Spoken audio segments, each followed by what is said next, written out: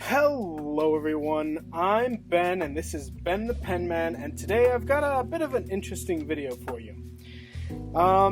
Just so you know, normally I do these in I do the drawing and then I do voice lines for it later. Today's a little different. I'm doing the voice and the filming at the same time, so these are my hands wiggling. I'm just going to do a one take because today's video isn't as much about actually doing art as it is about looking at art and talking about it.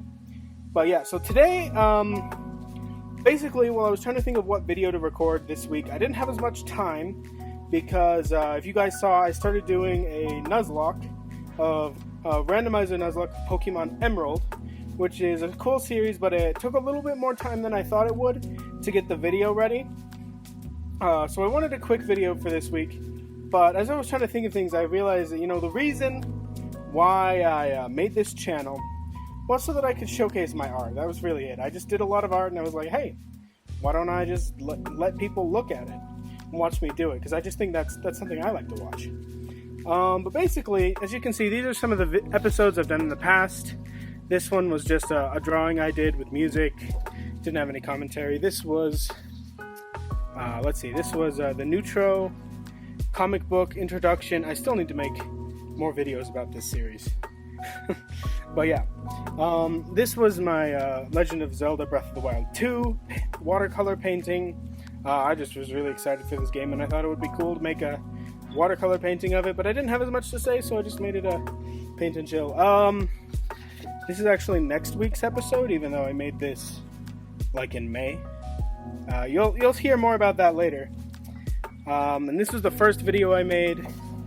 This is the Crags Loft episode. But the thing is, these aren't the only artworks I've ever made. I've actually made all sorts of artworks throughout the years. That I made them before the channel, or I made them off camera. And I decided I wanted to do a video just to show you guys some of the art that I've done over the years. And so I'll just get these out of the way and we'll get to it. So, this, honestly, I don't have much to say about this one. It was just something fun I did. It's just a dragon. But the reason why I thought I would show this one today, just because I like dragons. Actually, they were some of the first things that I actually tried to draw. As you can see, this is like a glass thing. I did an outline with a Sharpie, and then I started doing acrylic paint on the back of this glass pane in a way that would make it so that when you looked at it, and I want a white background. That's not white, but you'll get the picture.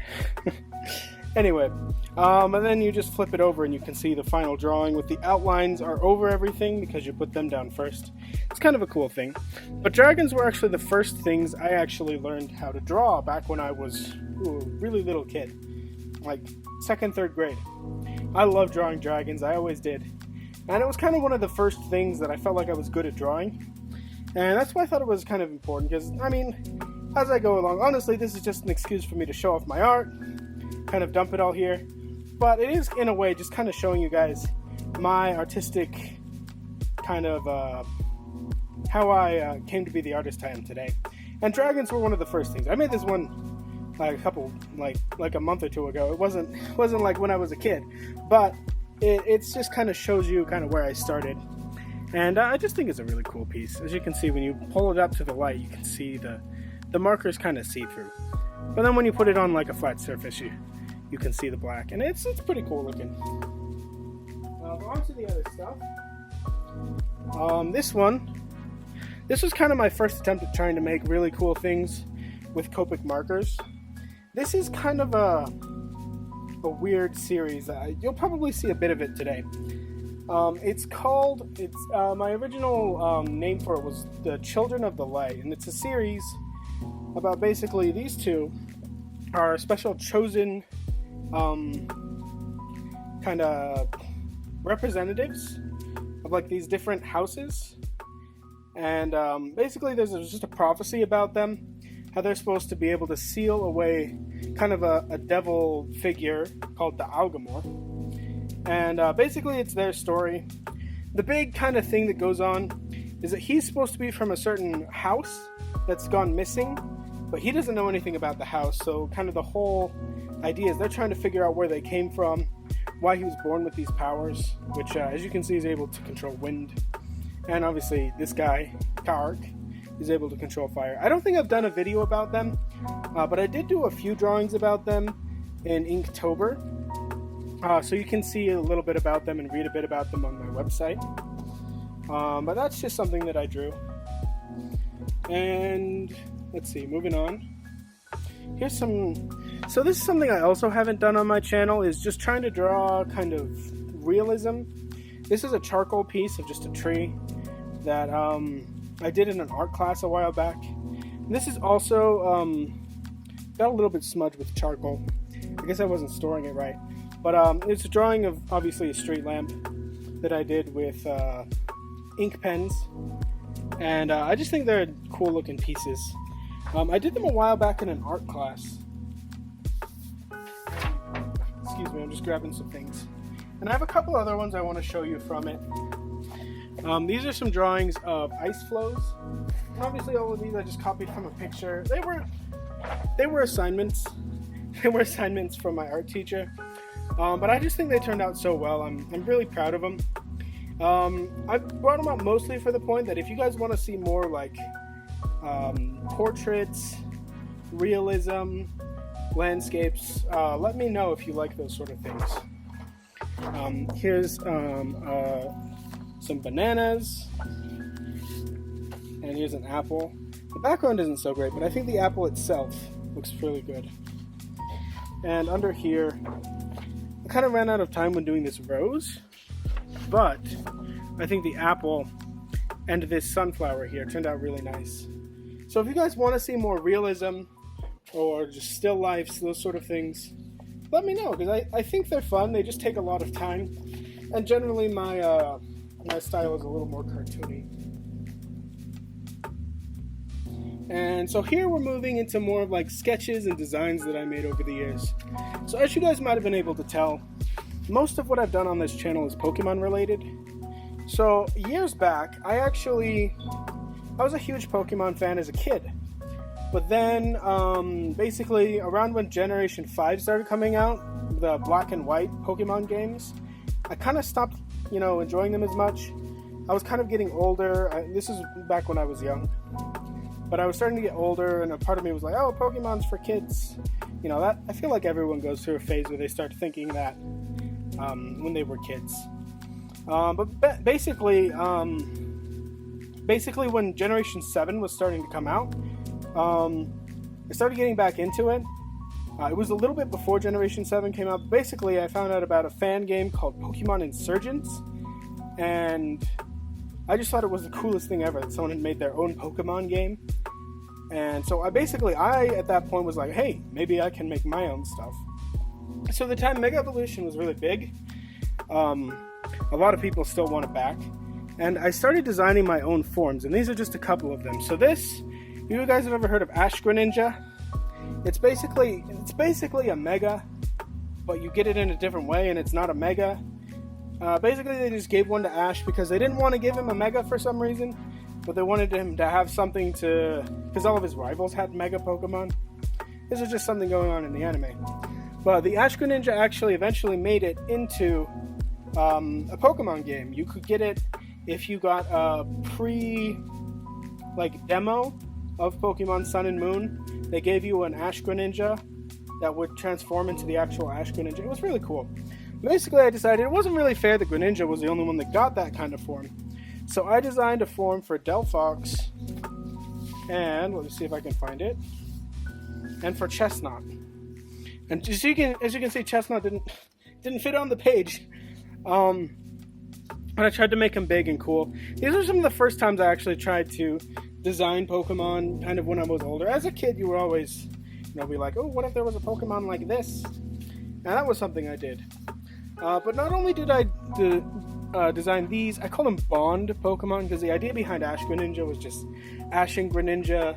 They had such a great bond that they would change forms. And I was just like, yeah, let's do this. And I also designed a couple of Mega Pokemon. My favorites here are the Gen 2 starters. I have a Mega Typhlosion, Mega Meganium, and a Mega Feraligatr. And I just thought it was like, if I was going to make Megas for starters, these are the ones I designed. I really like these. These are my favorite of the designs of the Megas I'm showing you right now. Mega Typhlosion was loosely based off of the Mega Typhlosion in Pokemon Insurgents. Just I like the clouds coming up around it. But I thought it would be cool if it was a poison type, which I don't think it is in Pokemon Insurgents. And then the Mega Meganium, I just made its neck longer. I thought it would be cool if it got the solar power ability. I think Sunflora gets it, but the idea is they like lose health, but then they also special attack goes up. So I thought that would be a cool ability. And the Mega Feraligatr, I just wanted to make Feraligatr look cool. I kind of tried to give him more designs from his pre-evolutions, because I tend to like Totodile and Crocodile a little bit better than Feraligatr. So yeah, I designed those. There were also a couple of others. Here we have a Mega Flygon, a Mega Milotic, and a Mega Mew. The Mew, I feel like it's not very original. It basically, I just kind of tried to give it the Mewtwo X Mega treatment. And I mean, it looks kind of cool. I have kind of an updated version of the Mega Mew that I made a while back, and I think it looks a little bit better. But it's still kind of the same idea. Milotic, I just made it fancier, which, I mean, let's be honest, it's that's what a lot of Megas are, so it's not too great, but I didn't really have much of a idea behind it. The Flygon I thought it was pretty cool at the time. The idea was that it would lose defense and gain like attack and speed, so I tried to kind of make it look like it was losing armor. But in the end, I didn't really like the design very much, so I feel like if I were to try and do it again, his would probably change the most. But yeah, let's see what else I have. Let me see. The next couple... Actually, no. I have also tried to design my own kind of Pokemon. This is around the same time. These are some Ice-type kind of puppies. This is an electric dragon, which I thought was pretty cool. It's called Sparkette. And these are some that I've actually redesigned completely, but they're basically the same thing, Golorock and Golaqua. I actually have updated designs of them. Not sure if I have them handy right now, though. And this one I called it Golflare, but I changed it to Golava, and I gave it a different one. This is supposed to be a fighting flying type, Angile, I called it. I think that's a kind of a funny pun, but I don't know, the design never really resonated with me, so it's alright. This is supposed to be the evolution of that electric dragon back there. I think it's really cool. I called it Boltworm. And these are supposed to be like wisps. I feel like they don't really work as Pokemon designs, even though I like the designs. Just because Pokemon tend to be like, you want them to be able to be your friend, you know? And these things, they kind of just look like floating balls. I don't know if you can see them very well. They're just very light sketches. Here are some monkeys with coconuts on their head. And Yeagar, this is supposed to be an ice dragon. It's alright. And these are some of my favorites. Again, I don't know if they really worked as Pokemon, because they feel like they're kind of like soulless looking. I don't know if they can really be your friend. It's kind of the idea behind Pokemon. But I think they're really cool designs. I might use them for other things. I don't think they would really work as Pokemon, though. And let's see what's next. Just checking something real quick. How much I want to show you guys. This is a sketchbook I'm looking at right now. I'm just trying to figure out what sort of stuff looks good.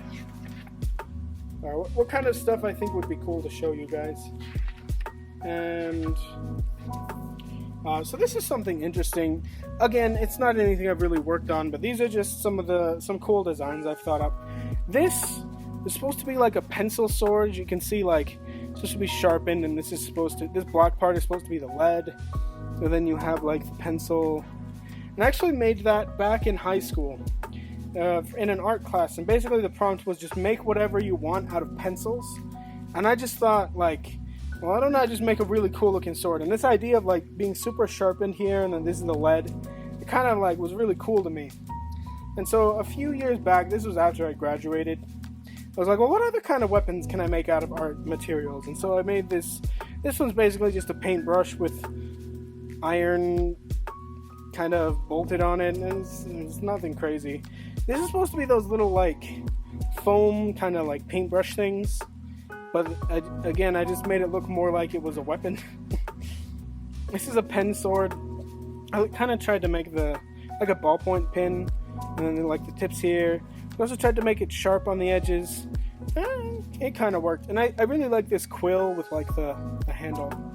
I don't know what to do with this, but I think they're cool looking designs.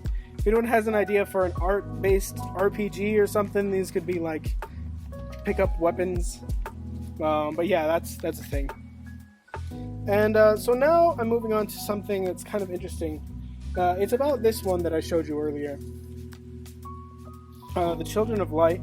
And I figure I'll just talk more about it. So basically the whole idea behind it was I just figured, hey, so for those of you who haven't really looked on my website, almost every year, I try and do something called NaNoWriMo, which is kind of like an acronym, but not really. It's like a shortened version of National Novel Writing Month. And I've been doing it for a while. The first one I completed was, I was in like high school, so I've been doing it for a really long time. And this was one that I wrote a few years back, and basically I wrote it as a book, and then I was rereading the book that I wrote, and I don't know why, because I don't really watch like anime very much, but it felt like a lot of the things that I wrote into it were like anime tropes. I don't know, I don't really watch anime that much. Like I've seen some Naruto, and like that's about it. So I don't know, but it just seemed like something interesting, and so I decided at that point I was better at drawing than I was when I actually wrote the book. I was like, wait, why don't I try and draw these characters, and maybe I could make like a comic book out of them. And so this was kind of my attempt at making like a poster or a book cover or something for like a graphic novel or something of this book that I wrote for NaNoWriMo. It was like years after I'd already like basically given up on it, because when I was first trying to write the NaNoWriMo, I was like, I read a lot of books, so I was like, I want this to be a one-off. I want this to be something that I can finish writing and be done with it. And I'm gonna be honest with you guys, it wasn't like in my head I was like, dang, this has to be like a multiple book series, and I'm like, no, I'm done with this, I don't want to do it. But going back to it later, I figured maybe I could try and just make a comic book. So this was kind of my first attempt at just kind of like doing that. And this is kind of like when I started realizing that, hey, I can make some really cool looking art, and I can make like comic characters. It's where a lot of my style came from, is this kind of time when I was trying to make that. And this is kind of it's a different universe, but it's one that I kind of came off of based off of inspiration for that graphic novel. And I call it the original name for it was the Justice Tragedies. So a lot of these characters don't actually live, they don't know each other. But they're all from stories that this jester knows about magic. And the idea behind it was that each of them has kind of like a magical tragedy, and they would I don't know how deep I want to go into this, because I'm still thinking of making this this graphic novel or comic book. I just realized it was something that would take a lot of work, and I wanted to practice my skills before I started doing something like that. But this was kind of like something that would relate to it, but it's like in the same world, and it would explain some of the things that happened in the Children of Light graphic novel. And so basically, Eli, Rose, what is his name? Samuel, and Violet are all magically gifted people. As you can see, he can use electricity, but he has like he found out how to work like mechanical things into his electricity. Obviously, as you can see, she controls plants, he can control ice, and she can control, well, darkness. Basically, the idea is all of them kind of go through magically, almost like tragic things. I don't know if I want to say tragic, because most of the stories I have don't end like, you know, like a Shakespearean tragedy where everyone dies at the end. Like, that's not really what it was. So I was considered calling them the Jester's Epics, because the idea is like, he's a jester, right? He's supposed to tell jokes, but then the people in this guy's like inn or tavern every night are like, hey, can you tell us like an epic story or a tragedy? And basically he said, well, actually I do know some. And so he starts telling them these stories, and that's kind of the idea behind this one. Again, it's something that I want to make, but I don't know when I'm going to do it. But I drew this picture a while back. It's just it's in colored pencils. I think I needed to work on my colored penciling because it looks very pale. But I don't know. That's just something that I thought was cool that I wanted to show. This is also from the Children of Light world. It's a dragon, and that's excuse me, that's Marcus, this guy. And yeah, so there's a dragon, and we'll talk about that later. But yeah, this is unrelated to like anything I've ever done. This is just a painting I did a while back of a fairy. This was kind of my first attempt at ever using like acrylic paints.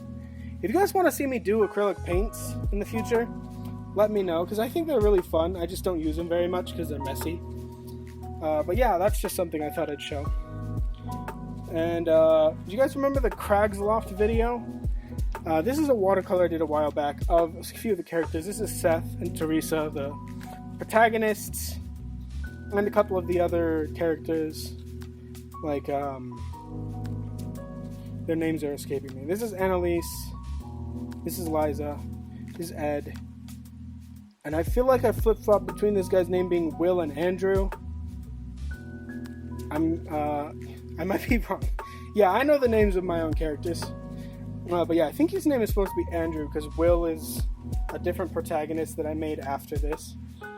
But yeah, this is just a painting I did of that. Yeah. Let me see. So next, I kind of want to show you guys my 2020 Inktober. I've shown pictures from this a couple of times in different videos when we were talking about things that were related to the video. Basically, I just figured I'd flip through a few of them. So this is from the Neutro. This is Bungie. She's one of the superheroes. I just think she's fun to draw because she's just a fun person. She's fun to draw. She's stretchy. Stretchy is always fun because you can give her a big weird hand like this attached to a little tiny stretchy leg. I just thought she was a fun character to draw. So basically, I'd never done an Inktober before, but I was getting into drawing with like ink pens and stuff, and I really wanted to get better at it. So basically for Inktober, I decided, you know what? I'm not going to worry about prompts or anything. I'm just going to draw my own characters and things because I think they're really great. If I do say so myself. No, but I just thought they were fun. They were kind of the things I knew how to draw, and I just wanted to get better at the art of just drawing things with ink. Learn how to do like patching, when you should put in like full blacks, and you can probably see a few errors I did while I was doing these pieces, but I'm just going to kind of start flipping through them. This is Will again from Children of the Light, and this is Will. He's from actually this is a book I'm working on. I'm getting really close to finishing the first draft, but I've been doing drawings of it as well just because I just think it's a really cool series. I really want that one to do well, but I need to finish the book, and so it's hard to make videos about book writing, but I really want to do that before I start doing a whole bunch of like art for it. But yeah, this is Neutro, remember from the comic superhero series that I did one video on, and I wanted to do more, but I kept forgetting. This is also from Azure Blade, where Will's from. The book I'm trying to write. This is a really cool place. It's basically the center of the Azure Blade's power. It's where the Archon gets their power from. I'm not going to talk too much more about it. This is Alice. She's from the Children of Light series. She's a really important supporting character. Just as you go along, she gets more important. She is the sister of one of the Children of Light, the people that have these kind of powers that are meant to banish the demon, the Algamore. She's really important to the main character, who it's Will, or no, not Will. What am I saying? He's not Will. It's Marcus. Marcus. She's really important to Marcus because she kind of understands where he's at. Because Marcus is also the brother of a Child of Light, and so they kind of are important for each other. This is from the Azure Blade. This is another Archon Raquel. I'm talking about these things like you guys know what I'm talking about. So if you haven't seen these videos, the first couple of videos I made, a lot of them, Children of Light is one, Neutro, the superhero one, and also Crag's Loft. I talk a lot about those worlds. You can also find more on my website. If you go and find these pictures, I'll be talking about them and the characters and where they come from. And it'll probably sound better than me rambling on like this. This is Diana. So I haven't shown anything about this yet, but she was actually one of my really early characters that I made a long time ago. And I've changed my mind on what I want her to be a lot. But basically, this is from a series called Soul Knights. That's like a video game idea I had. So remember talking about Crag's Loft? This is before Crag's Loft. This is back when I wanted to make, basically for a long time, like I was talking about Pokemon Insurgents, the fan game, really kind of inspired me. I wanted to make my own Pokemon. And then I realized that that's kind of illegal to make a fan game. Like, the laws around it are really weird, but I definitely couldn't sell it. And if, like, the Pokemon company told me to stop, I just had to leave all my work there and just be done. So I thought, well, why don't I just make my own game with similar mechanics? And so Soul Knights was the idea I came up with. The idea is that you would have the creatures. Now, there's one here that looks really gross if you zoom in on it, so don't. But the idea is that it's in a different dimension where people have magical abilities, and the whole idea behind it is that how do I explain this? You, as a player, are supposed to be protecting people with these magical abilities, but then these creatures are here. They call them Kashil. It's just a name I came up with. The Kashil are basically just like physically manifest human emotions, which it sounds really weird, but basically the idea is they're kind of like creatures that pop out of human emotion. And so they have, basically the idea is as a human, you can control them, right? So the idea is that you would capture them, and then as you, like with magic spells, you capture them, kind of raise them to fight alongside you. And so it will kind of play like an RPG in the sense that you yourself fight alongside them, so it's not Pokemon, but you still have that aspect of catching Pokemon, of working with them, making them better, and that's kind of the idea that I liked about it. And so she's one of the characters. I wanted it to have multiple playable characters and stories, and she would be one of them if it does. If not, there is another character that I think is a little bit more protagonist than she is, but we'll actually get to him later. This is just a portrait of me with some of my favorite Pokemon. There's really not much to say here. I just like these Pokemon. This is Kelsey. She's from the Azure Blade series. She's like... Okay, so there's a primary antagonist in Azure Blade. She's really important, maybe more important than the primary antagonist in the first book. She's one of his generals, and she is basically... She's really important in the first book because she is like directly fighting with the protagonists. This one doesn't have a title in it. This is a picture of some of the creatures in the Children of the Light series. This is kind of like, I'm not sure what kind of a name I was giving them, but I called it an orc. And then this up here is like a smaller orc. I don't know what exactly it was, but this is a one-eyed crow that follows around one of the antagonists in the Children of the Light series. This crow just kind of follows him around, and it talks for the demon Dalgamor, like it has his soul inside him. So sometimes Akko is the name of the crow. Sometimes it talks for itself. Sometimes it talks for the Algamor, the demon. It's really creepy, and here I have them getting into a fight, and it looks like Akko is not in a good place, but the silhouette of Adragon, this guy, kind of spells bad news for these orcs. This is from the Neutro series. This is Neutro's brother, Jason, also known as Bash, and this is one of the twins. Have super speed. This is Jaylee, and yeah, they have a thing, you know. They are sitting on a building, as superheroes tend to do. I guess that's a thing in superheroes. This is the protagonist I was talking about for Soul Knights. His name, I think I called him Paul, and I called his brother Saul. If you guys know that reference, that's a thing. Basically, Saul is the first one to go into this dimension where the Soul Knights exist, and Paul followed after him trying to save him. But Saul gets kind of corrupted by a dark force right here, and basically Paul is just trying to get his brother to come back home. That's kind of the whole story with it, and there's some fighting that goes on. And that's kind of the main story of the Soul Knights game that I had thought up.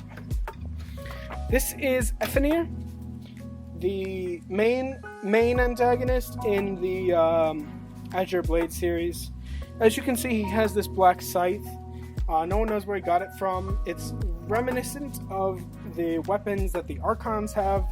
Again, if you want to know more, you can look at my website, or you can check out the video I made. That really big painting that I showed off at the beginning.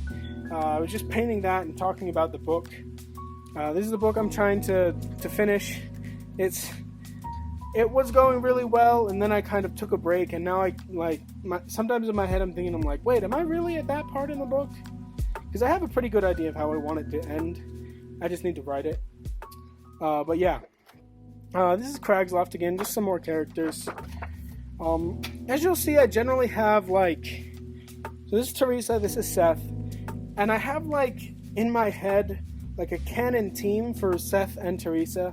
Seth's kind of canon team is Annalise here and Andrew, and Teresa's canon team is Liza and Ed. No real reason, I just thought they were pretty good characters to choose as that. They're kind of canon. If you remember in the series, you're supposed to be able to pick anyone you want. I just figure I could draw them with some specific people, because I've also thought about making excuse me, my voice is going. But I've also thought about making a comic for them too. Just because there are a lot of characters that I've thought a lot about, and I really want to give them a good story.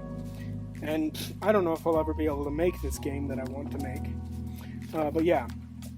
This is from the Neutro series. This is it's just a villain that I really liked. Because the whole idea behind the Neutro series is everyone is being controlled by this parasite. So all of the villains are really just people being controlled by this parasite. Or is it a parasite? I don't know. It's hard to explain if you haven't already watched it. You should watch the video about Neutro if you want to know more about it. But basically, she is someone who has mental illness. And because she was possessed at one point by the parasite, she was healed. But then she realized, she has a mental illness. And so they basically told her she couldn't be part of the team of superheroes that were helping people. And she got really mad about that. And since she has a mental illness, she started imagining things. Kind of like schizophrenia. I looked up something that an actual mental condition that I wanted her to have, but I forgot what it's called. But it's like schizophrenia, but she also it's almost like she's bipolar. Her moods change quickly. There was a word. I'll probably look it up. It might be on the website. I might have wrote it while making this. But basically, she was just a cool villain to me. because she was different from all the others in the sense that they had to work with someone that they couldn't immediately heal and then just not have to worry about them again. They had to constantly be worrying about her and her mental state. This is from the Azure Blade series. It's a scene from the top of the Brellas in Oberk. I just thought it was a cool scene because, like, I feel like I haven't made very many good, strong depictions of a Brella. If you have no idea what I'm talking about, again, you should probably watch the video about Azure Blade. But it's just where the main character Will and his friend Jared and his sister Sydney, all of them live on these things called Brellas. And I feel like I haven't done a very good job of like depicting them and drawing them. And so that's why I thought this was a good picture. In the end, I don't know if it really did a great job, since you can just see the branches coming out. But yeah, this is also from Azure Blade. I was like in the middle of writing a lot of like the middle parts of Azure Blade and like coming up with the main story, kind of planning out the book when I did this. So that's why there's a lot of this. But this is inside of the Blue Rose, which is a crystal structure. I showed it earlier. It's a crystal structure where all of the power for the Azure Blade is, and there's some very dark crystals back there. We'll talk about that later. This is also from Children of the Light. See, this is one of the Children of the Light, and her name is, what did I name her? Ashell. Her name is Ashell. And this is Kark. You saw him here. This is Kark. They're both Children of the Light, but see, they don't always get along because these, the different houses where the Children of Light are born into tend to have feuds a lot. So, I was trying to draw water here. It looks pretty cool, but it might be hard to tell because there's so much going on that's water coming out over here. She's a Children of Light who can control water. He can control fire. This is basically a scene where these guys are coming to see them, and they overreact a little bit because of the feud between them. So that's a fun scene. This is Craig's Loft. There's lots of stuff that I've thought of to go into this game, including some fun boss battles, like this one with a giant squid that the players kind of get sucked into.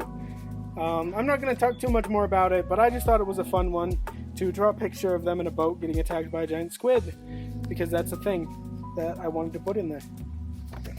This is one, again, this was done long after I'd done all those other Pokemon designs.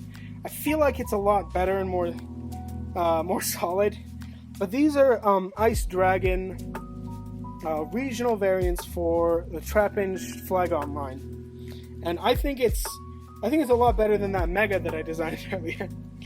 I've always loved the idea of regional variants in Pokemon. And Flygon, like, a Trapinch was my first shiny Pokemon back in Generation 3. And ever since then, I've always just really loved him. And so I just wanted to include this. This is the Parasite I was talking about. Up until now, I've mostly been referring to it as Test. I'm not sure I like that, but I have yet to come up with a better name, so I keep using it. But basically, this is them while they're controlled. You can tell because of this black kind of goop on them. Again, this is the neutral one. This is the villain, kind of the villain. Technically, both of these people will eventually become heroes. This is Barrier, or Ilya. And this is Professor Hawthorne, the man who created it, and kind of the first infected. As you can see, he has telekinesis. I like to represent that with this kind of wiggly lines around him. And she can make force fields, but in kind of her evil form. One of the things she likes to do is make, like, blades out of it. She doesn't do that very much once she's cured, but, you know, that's the thing. And this was just another attempt for me to draw the Brellas. As you can see, these, like, kind of tree structures, that's what I have in mind. This is just a view from the below area of the Brellas, where all the houses are built. As you can see, they're built on, like, scaffolding on the sides of these. And I just wanted to show that. Since, again, at that time I was doing a lot of, like, planning for this series, and I just really kind of wanted to show off the things I'd thought of because I just think there's some really cool stuff in that book. This is from the Justice Epics or the Justice Tragedies earlier. This is Eli. In his story, he's kind of known as like the mechanical wizard, because they don't really have much mechanical stuff in this world. It's very kind of Dungeons and Dragons, medieval magic kind of stuff. And so to them, all of this stuff is just normal wizardry. But to us, we're like, oh, that's a transformer. That's electricity. We know how that works. I just thought it was a cool concept. Since he's like an electrical wizard, like he controls electricity, he can use that to power his inventions. And I thought that was a cool dynamic. More Craig's Loft stuff. There's a lot of woods and like cliffs and stuff. So I just figured I'd draw Teresa and her kind of canonical group. And this is a messenger dragon. It's kind of like, I feel like it's kind of become the mascot of Craig's Loft in my head. Messenger dragons are just little like legless dragons that always are flying. They have this beautiful mane of hair. I just thought it was beautiful. And they're kind of the ones that deliver messages. But there's another kind of dragon in the Craig's Loft world. I don't think I have any pictures of it handy. But yeah, it's just something cool that I figure these have kind of become like the face of Craig's Loft when it comes to the cute mascot. And here are some of the creatures I've designed for Soul Knights. As I've said before, these actually, I showed you the original designs earlier. They were originally meant to be Pokemon. But for Soul Knights, since they're not like actual creatures, they're more like born of human like emotions, I feel okay making them a little bit more like almost soulless in the sense. So I thought that would be a great match for these kind of like ice flowers. I can't remember what I called them. They have a name, but I don't remember it. And this little guy, I don't know, it's just like a little scarecrow head that I've been drawing. It's kind of like a Pokemon for a while, but I thought it would work well in the Soul Knights world. This is a really cool one. I call it Null Mage. The idea I had was that, kind of like Pokemon, they would have kind of types, but I called them natures. And I thought, well, in Pokemon they have normal types, which is basically just like, this is a normal animal.